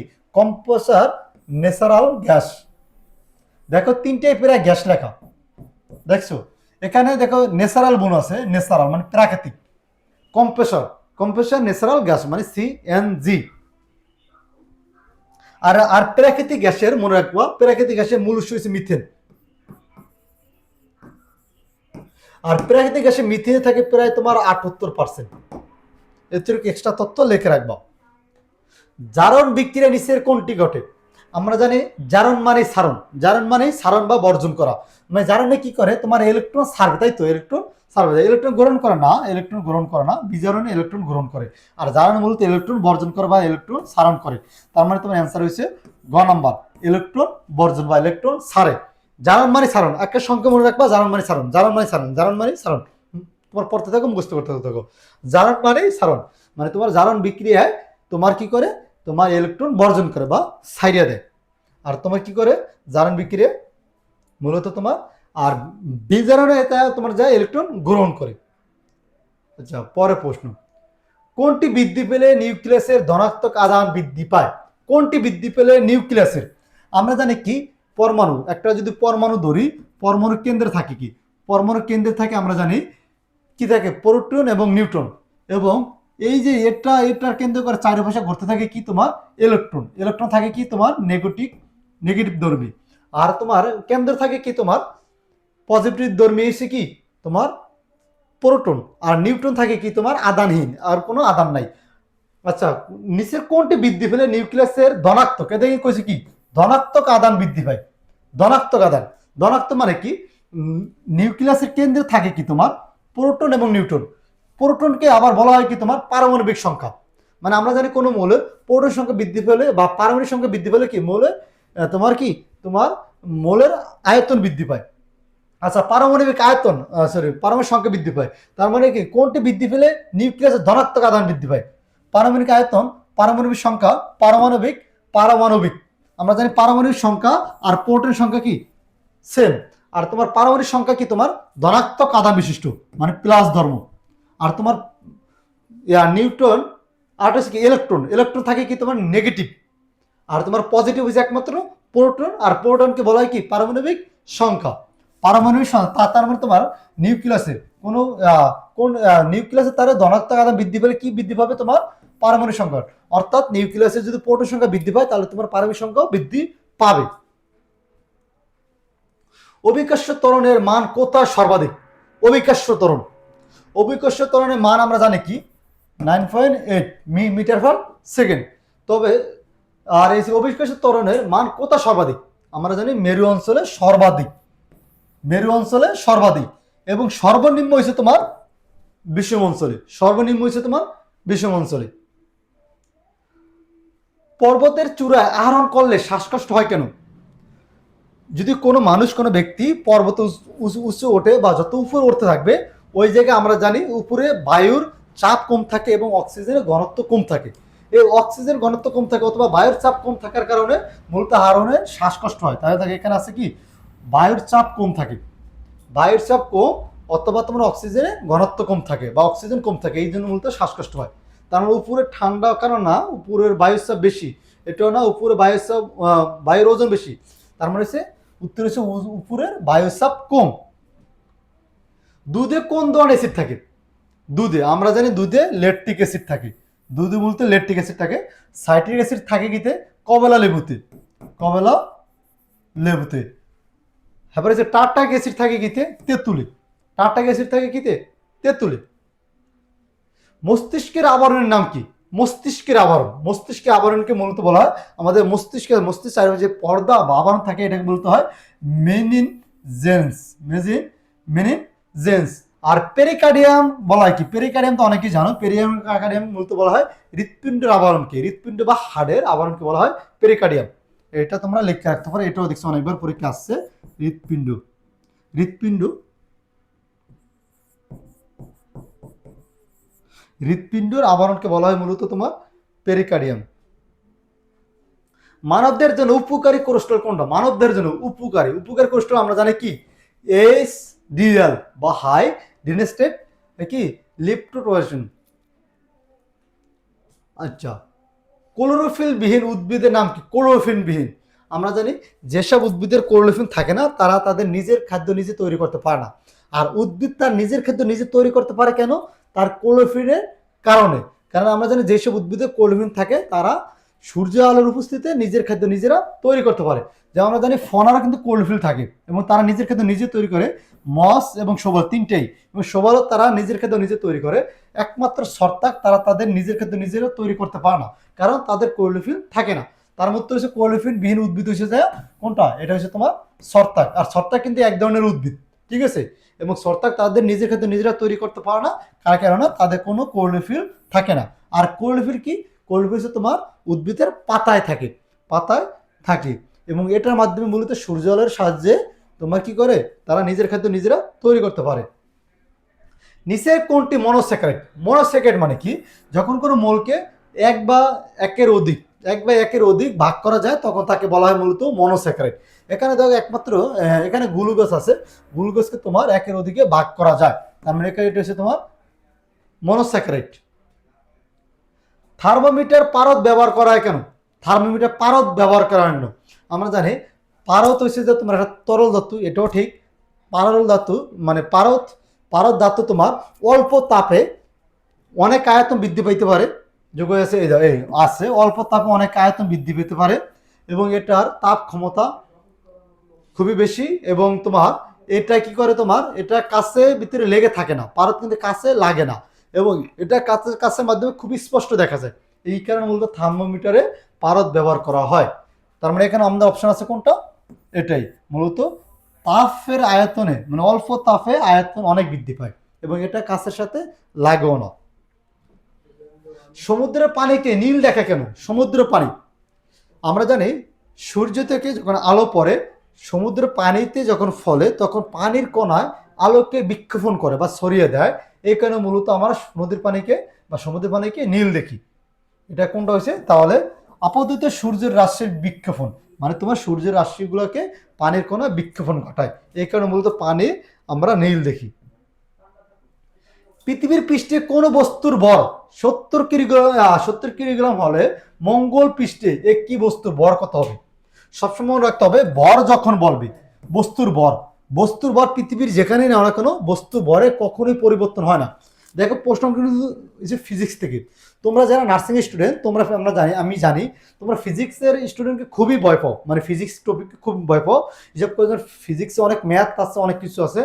দেখো আমার অভিজ্ঞতাতে দেখছি বিগত সালে নার্সিংয়ে ফিজিক্স এমন কোনো কঠিন ম্যাথই আসে নাই, তো এই জন্য তোমরা কোনো ভয় পাওয়ার কিচ্ছু নাই, তোমরা শুধু একটু বেসিকগুলো পরে গেলে হবে। তার মানে দেখো কোনো পৃথিবীর পৃষ্ঠে কোনো বস্তুর ভর যখন 70 হবে পৃথিবীর যেখানেই নেওয়া না কেন এটার ভর সেম থাকবে, তার মানে 70 কিলোগ্রামই হবে। ভরের কোনো পরিবর্তন হয় না, ওজনের পরিবর্তন হয়। আর ওজনের পরিবর্তন হয় কেন? অভিকর্ষ টানের কারণে। বাতাসের প্রবাহ দিয়ে তৈরি বাদ্যযন্ত্র কি? বাতাসের প্রবাহ আমরা জানি হারমোনিয়াম মূলত বাতাসের প্রবাহের কারণে হয়ে থাকে। সর্বাধিক সক্রিয় কার্যকরী মূলক কোনটি? সর্বাধিক সক্রিয় আমরা জানি এই রাসায়নিক বিক্রিয়ায় একটা কার্যকরী একটা ছক আছে, ছকের ভিতরে সর্বোপরে যে মূলগুলো থাকে ওগুলো সবচেয়ে বেশি কার্যকর। এটা তোমাদের বইতে একটা লিস্ট আছে, লিস্টটা একটু মুখস্থ করে রাখবা। আর এখানে যেটা আছে এখানে বলে রাখি, এখানে মূলত কার্বনিক গ্রুপ থাকে সর্বোপরে, আর কার্বনিক গ্রুপ সর্বোপরে থাকার কারণে এটা সবচেয়ে বেশি সক্রিয় মূল। আর এরপরে যদি আমরা দেখি সর্বনিম্ন হয়েছে যে তোমার অ্যামোনিয়া গ্রুপ, আর অ্যামোনিয়া গ্রুপ হচ্ছে সবচেয়ে কম সক্রিয়। এরপর হচ্ছে তোমার আচ্ছা এখানে 1 নম্বরে যদি আমরা 1 নম্বর হচ্ছে এটা সবচেয়ে বেশি সক্রিয় এটা। এরপরে তোমার হচ্ছে সায়ানাইড, এটা হচ্ছে তোমার দ্বিতীয় সক্রিয় বোঝা যায়। এরপরে হচ্ছে তোমার কি হচ্ছে তোমার অ্যালকোহল মূলক, অ্যালকোহল হচ্ছে তোমার তৃতীয় সক্রিয়, আর এটা হচ্ছে তোমার চতুর্থ সক্রিয়, এটা হচ্ছে তোমার চতুর্থ। আর তোমার এখানে এই তোমার ছকটা যে কার্যকরী মূলকের যে ছক আছে ছকটা তোমরা একবার দেখে রাখবা, কারণ এটার থেকে তোমার প্রায় প্রশ্ন এসে থাকে আর এটার থেকে অনেকবারই ঘুরে ফিরে আসতে পারে। এখানে যে বলা হয় সর্বনিম্ন কোনটা সেটা হবে তোমার অ্যামোনিয়া, ঠিক আছে। আর এগুলো একটু মনে রাখবা আর অপশনগুলো একটু মনে রাখবা, কারণ আমি দেখছি প্রায় প্রশ্ন আসতে ঘুরে ফিরে এগুলোই দিয়ে দেয়। সবচেয়ে ভারী মোল কোনটি? সবচেয়ে ভারী মোল দেখো এখানে আমরা তো জানি আর্গন আছে কত 40। আচ্ছা রেডন আর তোমার জেনন দুইটাই কিন্তু পারমাণবিক ভর অনেক বেশি। এর ভিতরে জেননের থেকেও আমরা জানি রেডনের সবচেয়ে ভারী মূল এবং রেডন সবচেয়ে ভারী মূল রেডন, এটা আনসার হচ্ছে রেডন। নিচের কোনটি যৌগ অম্ল নিচের কোনটি যৌগ অম্ল? Acetic acid, nitric acid, hydrochloric acid, sulphuric acid কোনটি? যৌগ অ্যাসিড বা যৌগ অম্ল কোনটা? আমরা জানি হাইড্রোক্লোরিক অ্যাসিটিক অ্যাসিড মূলত একটা যৌগ অম্ল। সিমেন্টে জিপসাম যোগ করা হয় কেন? সিমেন্টে আমরা যে বাসাবাড়ি বা কাজ করার জন্য নির্মাণের জন্য যে সিমেন্ট ইউজ করি সিমেন্টে মূলত জিপসাম যোগ করা হয় কেন? এটা মূলত দ্রুত জমাট বাধা রোধ করার জন্য, কারণ সিমেন্টে যদি জিপসাম ব্যবহার না করা হয় এটা খুব দ্রুতই জমাট বেঁধে যায় এবং এটা দিয়ে কোনো কাজ করা হয় না। এই জন্য দেখো অনেক সময় এই সিমেন্টের যে জিপসামে যদি ম্যাচ চলে যায় সিমেন্ট কিন্তু জমাট বেঁধে যায় বা শক্ত হয়ে যায়। তার মানে সিমেন্টের জিপসাম যোগ করা হয় মূলত দ্রুত জমাট বাধা রোধ করার জন্য। এইচপিভি টিকা কোন রোগের প্রতিরোধ কার্যকর? এবং তোমরা অনেকেই জানো বর্তমান সরকারের পক্ষ থেকে কিশোরদের জন্য এটা মূলত ফ্রি দেওয়া হয়। এটা মূলত জরায়ু মুখের ক্যান্সারের কারণে, জরায়ু মুখের ক্যান্সারের কারণে এই এইচপিভি টিকা দেওয়া হয়। আন্তর্জাতিক পদ্ধতিতে তাপমাত্রা একক কি? আমরা জানি তাপমাত্রার জন্য অনেকগুলো একক আছে, যেমন সেলসিয়াস, কেলভিন, ফারেনহাইট। একমাত্র আন্তর্জাতিক পদ্ধতি তাপমাত্রা একক হচ্ছে তোমার কেলভিন। ঠিক আছে। মানব দেহে মোট কশেরুকার সংখ্যা কত? মানব দেহে একটা এখানে মনে রাখতে হবে, মানব দেহে একজন পূর্ণাঙ্গ মানুষের দেহে কশেরুকা থাকে তোমার 26টি। এখানে যদি নাই লিখে রাখবা 26টি হচ্ছে তোমার পূর্ণাঙ্গ মানুষের দেহে কশেরুকা থাকে। তবে শিশু অবস্থা থাকে তোমার 33টি। এটা পরীক্ষা প্রায় আসে, শিশু অবস্থায় কতটি থাকে? 33টি। এখানে দেখছে মানব দেহে কতটি কশেরুকা থাকে, এখানে মানব দেহে বলছে, এখানে পূর্ণাঙ্গ শিশু কোনোটাই বলে নাই। আর এখানে অপশন দেখা গেছে 26টা নাইও, তার মানে এখানে আমাদের অপশন 33টা আছে, আমরা 33টাকেই বেছে নেব। আর যদি বলে পূর্ণাঙ্গ মানুষে করা থাকে তাহলে হচ্ছে 26টা। আর কশেরুকা কি বোঝো? কশেরুকা যেটাকে আমরা বলি মেরুদণ্ড, ওটাই মূলত কশেরুকা। পরে দেখো মানব দেহের চোখের লেন্স কি ধরনের? মানব দেহের চোখের লেন্স হয়েছে মূলত উত্তল অবতল। তো এরপরে বাকি প্রশ্নগুলো আমাদের সমাধান করে দিবে আমাদের সবার জনপ্রিয় শিক্ষক, আমাদের সবার স্যার, আমারও শিক্ষক জনাব মোহাম্মদ জাকির স্যার। এবং তোমরা খুব ধৈর্য সহকারে ক্লাসগুলো দেখো। আশা করি স্যারের ক্লাস এবং আমার ক্লাস, আমি যে ক্লাসগুলো মানে যে তথ্যগুলো দিছি ওগুলো তুমি যদি নোট করে রাখো, এর বাইরে আর কোনো তোমার কোনো পড়াই প্রয়োজন লাগবে না। একমাত্র এগুলোই যদি পড়ো তাহলেই তোমার হয়ে যাবে। তো আমি এই পর্যন্ত গেলাম, তোমরা সবাই স্যারের ক্লাসটা করো। তো সবাই ধন্যবাদ, এবং ক্লাসটা একটু সবাই শেয়ার করে দিবা। সবাইকে ধন্যবাদ। আমরা শুরু করছি পরবর্তী প্রশ্ন। এখানে জিজ্ঞেস করেছে কোনটি অসমাপিকা ক্রিয়ার উদাহরণ? অসমাপিকা মানে হলো পুরোপুরি শেষ হয়নি, সমাধান হয়নি, শেষ হয়নি, কিছু বাকি আছে। যেমন কি জিজ্ঞেস করেছে? শিশুটি খেলছে। এই প্রশ্নটা যদি আমি জিজ্ঞেস করি শিশুটি খেলছে, কি খেলছে? একটা জিনিস বাকি থেকে যায়, একটা অসম্পূর্ণ রয়ে গেছে। এইটাই হলো অসমাপিকা ক্রিয়া। বাকিগুলো কিন্তু মা শিশুকে চাঁদ দেখাচ্ছেন, একেবারে পুরোপুরি বাক্য। আমি বাড়ি গিয়ে ভাত খাবো, পুরোপুরি বাক্য। সুমান ভাত খাচ্ছে, পুরোপুরি বাক্য। কিন্তু শিশুটি খেলছে, কি খেলছে? সে কি ফুটবল খেলছে না হাডুডু? এখানে গ্যাপ আছে, অসমাপ্ত রয়েছে, এটাই অসমাপিকা ক্রিয়া। ক্যাঙ্গারুর দেশ বলা হয় কাকে? ক্যাঙ্গারু যেখানে লাফালাফি করে, এখানে একটা দেশই রয়েছে ক্যাঙ্গারু লাফালাফি করে, সেটা হলো অস্ট্রেলিয়া। জেনারেটরের কাজ কি? এখানে কিন্তু জিজ্ঞেস করেছে জেনারেটর। আমরা বাসা বাড়িতে কিন্তু বিদ্যুৎ গেলে জেনারেটর চালাই। জেনারেটর মানে কি? যে জেনারেট করে। কি জেনারেট করে? বিদ্যুৎ জেনারেট করে। আমাদের যখন বাসা বাড়িতে বিদ্যুৎ চলে যায় তখন আমরা জেনারেটর চালাই, কি জন্য? সে একটা বিদ্যুৎ আমাদেরকে দেয়। তাহলে কি জেনারেট করে? বিদ্যুৎ জেনারেট করে। কিভাবে? সে যান্ত্রিক শক্তি থেকে এই যে তড়িৎ শক্তি পাই আমি, তড়িৎ শক্তি। তড়িৎ মানে হলো বিদ্যুৎ। অর্থাৎ বাসাবাড়ির বিদ্যুৎটা গেলে আমরা জেনারেটর চালিয়ে আর একটা বিদ্যুৎ পাই, অর্থাৎ যান্ত্রিক শক্তি থেকে তড়িৎ শক্তি পাই। ওটার মধ্যে বিভিন্ন মেশিনগুলো ঘোরে, এইগুলো হলো যান্ত্রিক শক্তি, সেগুলোর ফলে আমরা পাই তড়িৎ শক্তি। জাতীয় শিশু দিবস। জাতীয় শিশু দিবস বলতে আমরা 17ই মার্চ, এই দিন কিন্তু বঙ্গবন্ধু শেখ মুজিবুর রহমানের জন্ম। এটাকে কিন্তু জাতীয় শিশু দিবস বলা হয় এবং বঙ্গবন্ধু শেখ মুজিবুর রহমানের জন্মদিন বলা হয়। মুক্তিযোদ্ধাদের সম্মানসূচক সর্বোচ্চ খেতাব সবচেয়ে বড় কোনটা? বীর বিক্রম, বীর উত্তম, বীর প্রতীক, বীর শ্রেষ্ঠ। সবচেয়ে বড় কোনটা? বীর শ্রেষ্ঠ হলো সবচেয়ে বড়, এবং বীর শ্রেষ্ঠ উপাধি দেওয়া হয়েছে মাত্র 7 জনকে, এবং এরা কিন্তু প্রত্যেকেই মুক্তিযুদ্ধের মহান ভূমিকা রেখে তারা মৃত্যুবরণ করেছে যুদ্ধে। আর যারা জীবিত ফিরে আসছে তাদের মধ্যে সবচেয়ে বড় হলো বীর উত্তম। তবে সবচেয়ে বড় প্রতীক বীর শ্রেষ্ঠ, এই উপাধি দেওয়া হয়েছে মুক্তিযুদ্ধের 7 জনকে। তারা কেউই কিন্তু জীবিত আসেনি, তারা মহান মুক্তিযুদ্ধে বিশাল ভূমিকা নিয়ে তারা সবাই মারা গেছে। আর জীবিত যারা ছিল, জীবিতদের মধ্যে সবচেয়ে বড় উপাধি হচ্ছে বীর উত্তম। ইউনেস্কো কর্তৃক ওয়ার্ল্ড হেরিটেজ হিসাবে বাংলাদেশের কোনটা পেয়েছে? সেটা হইল আমাদের যে বাগেরহাট জেলায় যে 60 গম্বুজ মসজিদ রয়েছে, কি আমাদের যে বিশিষ্ট পীরে কামেল খানজাহান আলী, যিনি এই 60 গম্বুজ মসজিদ প্রতিষ্ঠা করেছেন, এইটা কিন্তু ওয়ার্ল্ড হেরিটেজে স্থান পেয়েছে। বাংলাদেশের মুক্তিযুদ্ধে কোন জেলা প্রথম পাকিস্তানি সেনামুক্ত হয়? প্রথম পাকিস্তানি সেনামুক্ত হয় হলো আমাদের যশোর জেলা। যশোর হলো প্রথম শত্রুমুক্ত জেলা, হলো যশোর। স্বাধীন বাংলাদেশের প্রথম রাষ্ট্রপতি, স্বাধীন বাংলাদেশ স্বাধীন হওয়ার পরে প্রথম যে রাষ্ট্রপতি হয়েছিলেন সেটা হলো বঙ্গবন্ধু শেখ মুজিবুর রহমান। স্বাধীন বাংলাদেশের প্রথম রাষ্ট্রপতি হলো বঙ্গবন্ধু শেখ মুজিবুর রহমান। জাতির জনক বঙ্গবন্ধু শেখ মুজিবুর রহমান জাতিসংঘের কোন পরিষদে ভাষণ দিয়েছিলেন? তিনি 1974 সালে জাতিসংঘে বাংলায় ভাষণ দিয়েছিলেন, এবং সেইটা কিন্তু জাতিসংঘের সাধারণ পরিষদ ছিল, অর্থাৎ জাতিসংঘের যতগুলো সদস্য রাষ্ট্র রয়েছে সদস্য রাষ্ট্রগুলোর রাষ্ট্রপ্রধান বা রাষ্ট্রপতি বা প্রধানমন্ত্রী এরা কিন্তু বক্তৃতা দিয়েছিল। এটা সাধারণ পরিষদ, অর্থাৎ এখানে জাতিসংঘের অধীনে যতগুলো রাষ্ট্র রয়েছে তাদের প্রতিনিধিরা ছিল, এটা সাধারণ পরিষদ। বিবর্ধক কাজ, আমরা জানি এটাকে আতশী কাজ বলা হয়। কোনো ছোট জিনিসকে বড় করে যখন দেখতে চাই আমি, সেটা হলো বিবর্ধক কাজ। বিবর্ধক কাজে মূলত বড় করে দেখায়, বিবর্ধিত আকারে দেখায় এবং সোজা দেখায়। বিবর্ধক কাজ বা আতশী কাজে বিবর্ধিত এবং সোজা, বড় করে দেখায়, সোজা করে দেখায়। বাংলাদেশের কোন জেলাটি কয়লা সমৃদ্ধ? কয়লা রয়েছে কোন জেলায়? 64 জেলার মধ্যে কয়লা রয়েছে কোন জেলায়? কয়লা হলো, আমরা জানি যে দিনাজপুরেই কিন্তু কয়লা খনি রয়েছে, এবং এই জেলাটাই হইল কয়লা সমৃদ্ধ। এখানেই কিন্তু বাংলাদেশের সেই যে কয়লা খনি রয়েছে।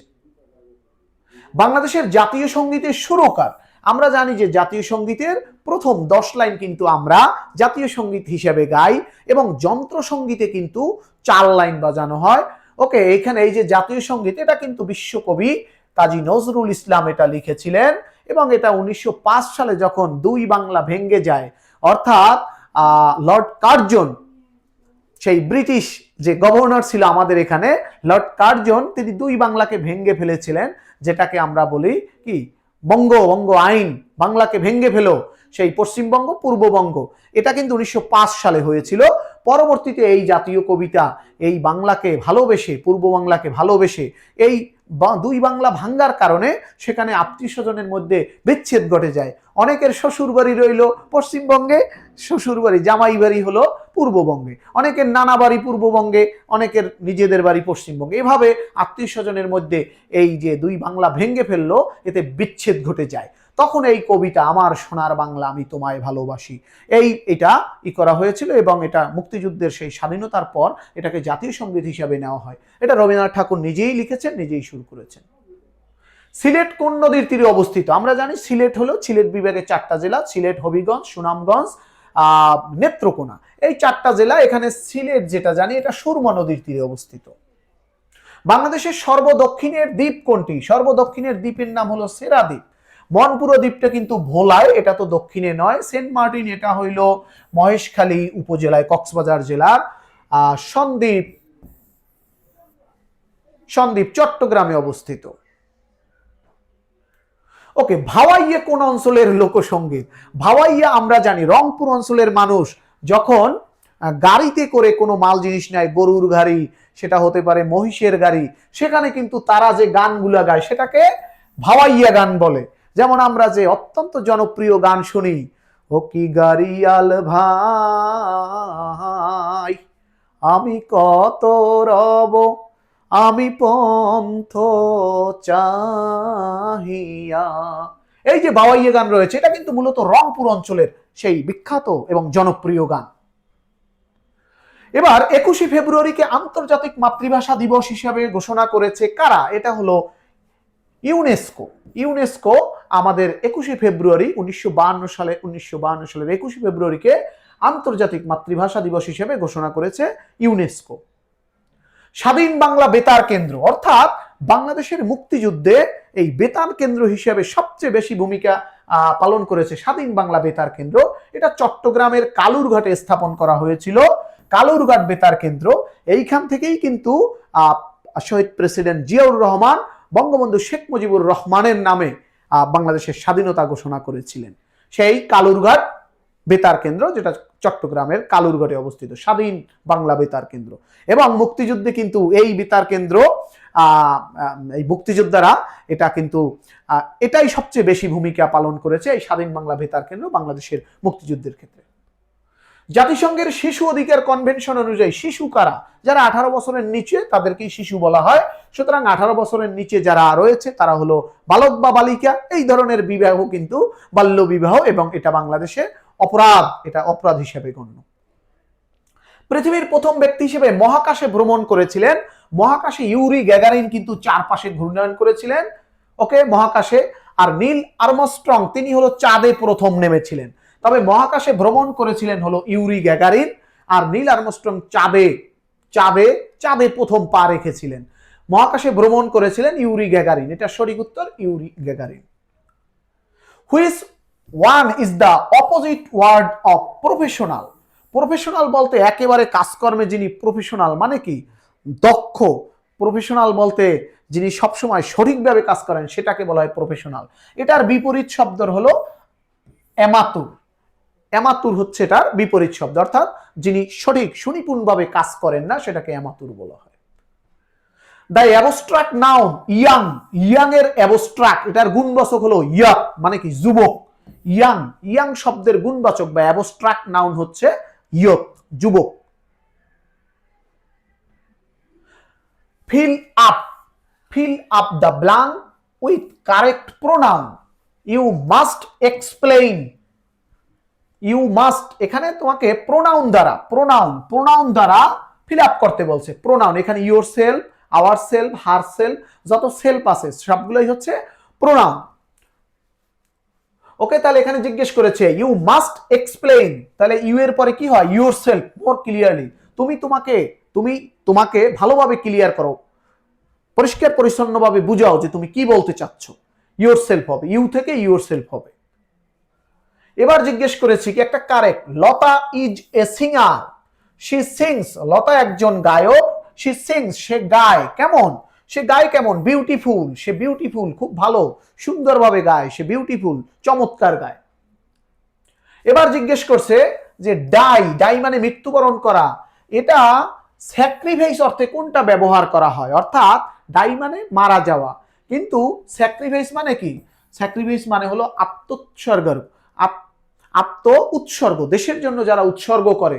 অর্থাৎ এটাকে কি বলবো আমরা? এটাকে বলে ডাইফর। ডাইফর মানে হলো দেশের জন্য মারা যাওয়া, যেটাকে শহীদ হওয়া বলা। অর্থাৎ যেটা উৎসর্গ করা, দেশের জন্য উৎসর্গ করছে সেটাকে ডাইফর বলা হয় বা শহীদ বলা হয়। এবার জিজ্ঞেস করছে হি হ্যাজ জাস্ট অ্যারাইভড, এখানে জাস্ট মানে কি? এটা কি প্রোনাউন? নাউনের পরিবর্তে কি জাস্ট ব্যবহৃত হয়েছে? প্রোনাউন মানে কি? নাউনের বদলে ব্যবহার হওয়া, তাহলে জাস্ট সেভাবে নাউনের বদলে ব্যবহার হয়নি। ভার্ব মানে কি? এখানে ভার্ব হইল হ্যাজ, ওকে, বা অ্যারাইভ, অ্যারাইভটা হইল ভার্ব, তাহলে এটাও তো বোঝানো হয় না। জাস্ট মানে কি? জাস্ট হইল একটা অ্যাডভার্ব, এটা একটা অ্যাডভার্ব। অ্যাডভার্ব কাকে বলা হয়? যারা ভার্বকে বা পুরো বাক্যকে যারা মডিফাইড করে তাদেরকে অ্যাডভার্ব বলা হয়। এবার জিজ্ঞেস করছে which one is the correct form of past continuous. Past continuous কাকে বলা হয়?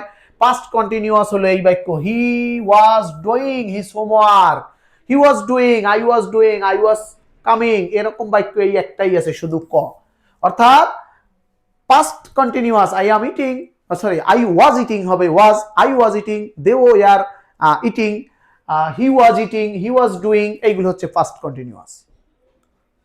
এবার জিজ্ঞেস করছে কি feel up the blank with the correct one. Iron is, iron is a useful না এন হবে? এ হবে না এন হবে? এই ইউজফুল, ইউ এর উচ্চারণ যদি ইউ এর মতো হয় তাহলে কিন্তু আর ইউ একটা ভাওয়েল হলেও ভাওয়েলের কারণে হওয়ার কথা কিন্তু এন, কিন্তু ইউ এর উচ্চারণ যখন ইউ এর মতো হবে তখন কিন্তু আর এন হবে না, তখন হবে এ। এটা সঠিক উত্তর এ। আর যদি হইতো আমাকে একটা আমব্রেলা দাও, ইউ এর উচ্চারণ কিন্তু এখানে ইউ এর মতো হয়নি, হয়েছে কি আমব্রেলা। ইউ এর উচ্চারণ ইউ এর মতো হইলে, যেমন ইউজফুল, এখানে কিন্তু এ হয়ে গেছে।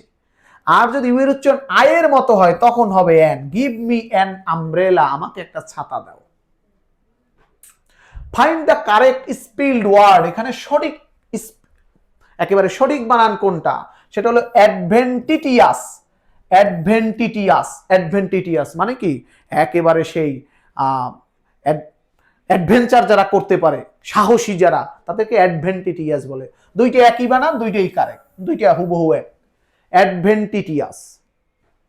আমরা 3 জোড়া, আমার 3 জোড়া জুতো আছে। I have 3 pairs of shoes.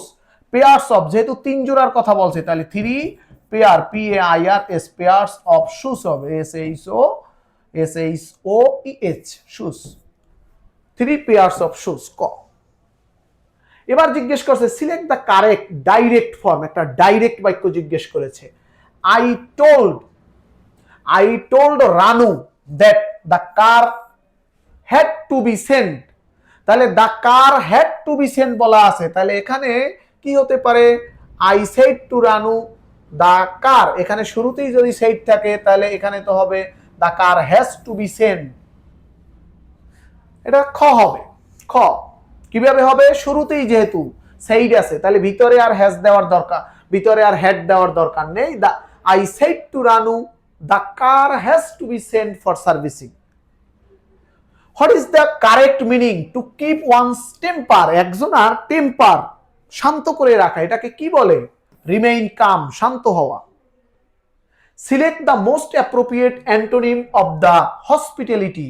Hospitality, এটা সঠিক উত্তর এখানে কোনটা রয়েছে? Hospitality. Select the most appropriate antonym. Hospitality মানে হলো অতিথি পরায়ণ। একজন যদি অতিথি পরায়ণ থাকে তাকে হসপিটালিটি বলে। আর যদি কেউ অতিথির প্রতি খেয়াল না করে, উদাসীন, তাকে বলে কোল্ডনেস। উদাসীন লোক, মেহমান আসছে কোনো খবর নেই। আচ্ছা, which one is the present continuous tense? Present continuous কাকে বলে এটা তো আমরা জানি। প্রেজেন্ট কন্টিনিউয়াস হলো I am going, I am eating, এরকম যদি থাকে। গিফটস আর ডিস্ট্রিবিউট, এটা তো হবে না। Gifts are being distributed. Okay, gifts are being, এই যে আর থাকে, যেহেতু প্যাসিভ ভয়েস রয়েছে, তাহলে এদেরকে গিফটস আর বিং ডিস্ট্রিবিউটেড, এইটাই হচ্ছে প্রেজেন্ট কন্টিনিউয়াস। ওকে, এবার জিজ্ঞেস করছে transfer the sentence into indirect speeches, এটাকে ই দাও। I said to him why are you working so hard, কেন তুমি এত পরিশ্রম করছো? ওকে, তাহলে সেড গেল। আই আস্কড হিম, আমি তাকে জিজ্ঞেস করলাম। হোয়াই, কেন? হোয়াই, তাহলে এখানে আর ইউ, এখানে বলছে why are you working, why are you working, এটা হবে I asked him why was he working so hard. অর্থাৎ এই যে আছে why was he working so hard. Okay, এবার জিজ্ঞেস করছে ব্ল্যাঙ্কটা ফিল আপ করো। ফিল আপ দ্য ব্ল্যাঙ্ক, কি জিজ্ঞেস করছে? মাস, এইখানে ব্ল্যাঙ্কটা হবে এইখানে। মাস মানে হলো যেগুলো পরিমাপ করা যায় না, সিঙ্গুলার নাম্বার। তাহলে মাস সিঙ্গুলার এখানে কি কি আছে? এই দুইটা হতে পারে। মাস ওয়াজ বিন সেইড, এটা তো হইতেই পারে না। তাহলে মাস হ্যাজ বিন সেইড, এইটা correct, has. Mass was been said, এটা তো হইতে পারে না। তাহলে mass has been said into the report. আচ্ছা, এবার কি জিজ্ঞেস করছে? স্টুডেন্টস আর অ্যানশাস, এখানে এইখানে একটা ব্ল্যাঙ্ক হবে, এটা তাদের রেজাল্ট নিয়ে। অ্যানশাস অ্যাবাউট হয়, অ্যানশাস অ্যাবাউট, রেজাল্ট নিয়ে উদ্বিগ্ন, তাহলে হবে anxious about. Students are anxious about their result, তাদের রেজাল্ট, ফলাফল নিয়ে তারা উদ্বিগ্ন। এবার সুপারলেটিভ ডিগ্রি কি বলছে? অ্যাডজেক্টিভ টু সুপারলেটিভ ডিগ্রি, পপুলারের সুপারলেটিভ। তাহলে আমরা জানি popular, more popular, most popular. Most popular, এই যে মোস্ট পপুলার, এটা হলো সুপারলেটিভ ডিগ্রি, সবচেয়ে বড়, সবচেয়ে বেশি জনপ্রিয়। এবার জিজ্ঞেস করছে the fill up the blank with the correct. The English, এইখানে একটা ব্ল্যাঙ্ক হবে। The English is spoken, the English is spoken, ইংরেজি বলা হয়। দা ইংলিশ ইজ স্পোকেন, ইংরেজি ভাষাটাকে বলা হয়, ভয়েসে করা হয়েছে। এবার এখানে বলছে যে এইটাকে উৎপাদকে বিশ্লেষণ করো। তাহলে আমরা যদি এটাকে করি তাহলে কি আছে? এক্স স্কয়ার, এই 3 কে ভাঙতে হবে। 3 কে যদি আমরা ভাঙি তাহলে কি কি পেতে পারি? আমি কি কি লিখবো? 3 অক্ষে 3, অর্থাৎ 3x - x প্লাস হইল 3। এবার এই দুইটা থেকে একটা কমন নেই, থাকবে কি x - 3, এখানে 1 কমন নিলে x - 3, তাহলে আসবে কি x - 3, আর একটা আসলো x - 1, x - 3, x - 1, x - 3, x - 1। 75 টাকা একটা জিনিস কিনে 90 টাকায় বিক্রি করলাম, তাহলে লাভ হইল কত? 15 টাকা। 100 টাকায় কত লাভ হবে?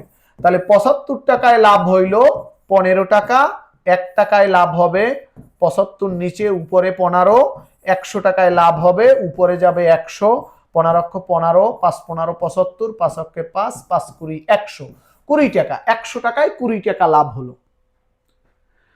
ভাইয়ের বয়স 4 বছর 6 মাস, বোনের বয়স 6 মাস, ভাই এবং বোনের অনুপাত, তাহলে 4 বছর 6 মাসে কত মাস? 4 12 48 আর 6 54 মাস।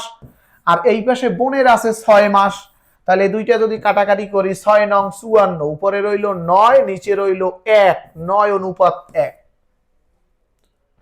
একটি শার্টের মূল্য 500 টাকা হলে 30% ছাড় দিয়েছে, তাহলে 100 টাকায় ছাড় দিলাম আমি 30 টাকা, 500 টাকায় কত ছাড় দেব? 100 টাকায় 30 টাকা, 500 টাকায় ছাড় দেব 150 টাকা। তাহলে ছাড়ের পরে শার্টটার মূল্য কত থাকে? 500 টাকা থেকে 150 টাকা বিয়োগ হয়ে গেলে তার দাম থাকে 350 টাকা।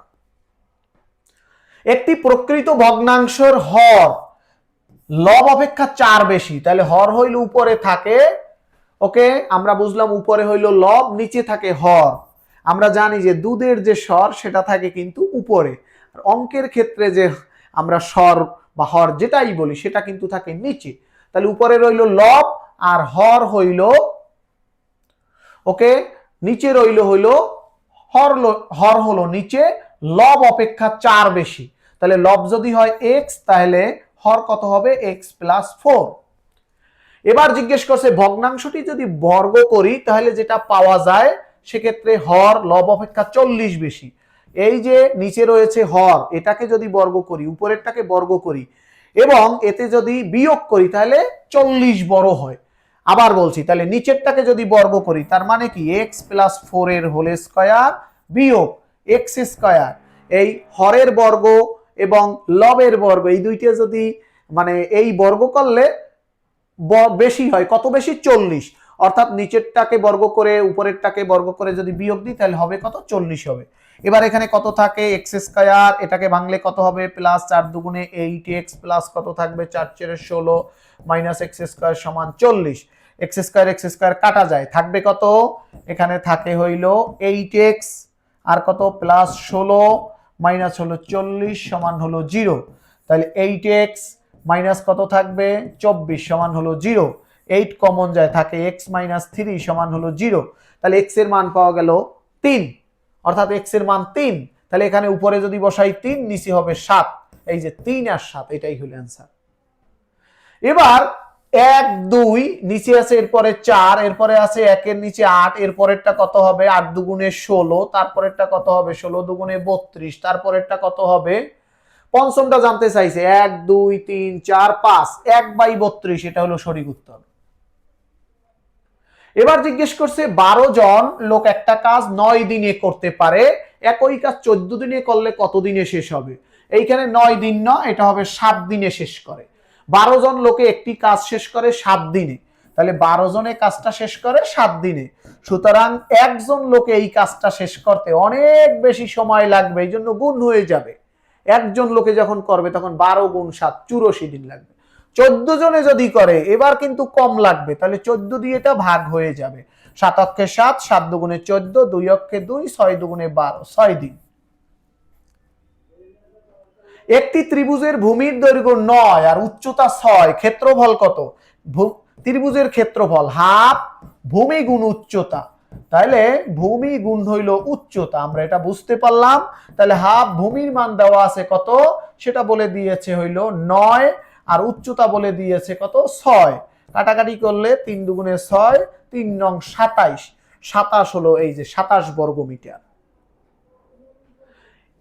1 2 3, এরপরে কত থাকবে? এরকম 5টা পদ, 1 2 3, তারপরে কত? 4, তারপরে কত? 5, এরকম 5টা পদের যোগফল হইল 15। ঠিক আছে, তাহলে এখানে টোটাল কয়টা পদ? এটা আমরা বুঝতেই পারি, 5 আর 4 আর 5 আর 4 9, 9 আর 3 12, 12 আর 2 14 আর 1 15। তাহলে এখানে কয়টা পদ হইল? টোটাল 5টা পদ। তাহলে আমরা কিন্তু এই 23-24 শিক্ষাবর্ষে বিএসসি নার্সিং ভর্তি পরীক্ষায় যে প্রশ্নগুলো এসেছিল সবগুলো কিন্তু আমরা সমাধান করতে পারছি। ওকে, তাহলে আমাদের সবগুলো বছরের প্রশ্ন সমাধান তোমরা যদি ভালোভাবে এবং ব্যাখ্যা সহকারে পেতে চাও অবশ্যই আমাদের ইনোভেশনের ফেসবুক পেজের সাথে থাকবে। আমাদের হোয়াটসঅ্যাপ গ্রুপের সাথে থাকবে এবং আমাদের যে ইউটিউব চ্যানেল রয়েছে ইনোভেশন নিউজ সেখানের সাথে থাকবে। ইনশাআল্লাহ তোমরা নার্সিং এর যারা স্টুডেন্ট রয়েছে অবশ্যই সবাই ভালো করবে সেই প্রত্যাশা রাখছি। আজকের মতো বিদায় নিচ্ছি, পরবর্তী কোনো প্রশ্ন সলভে আবার তোমাদের সাথে দেখা হবে। আল্লাহ হাফেজ, আসসালামু আলাইকুম।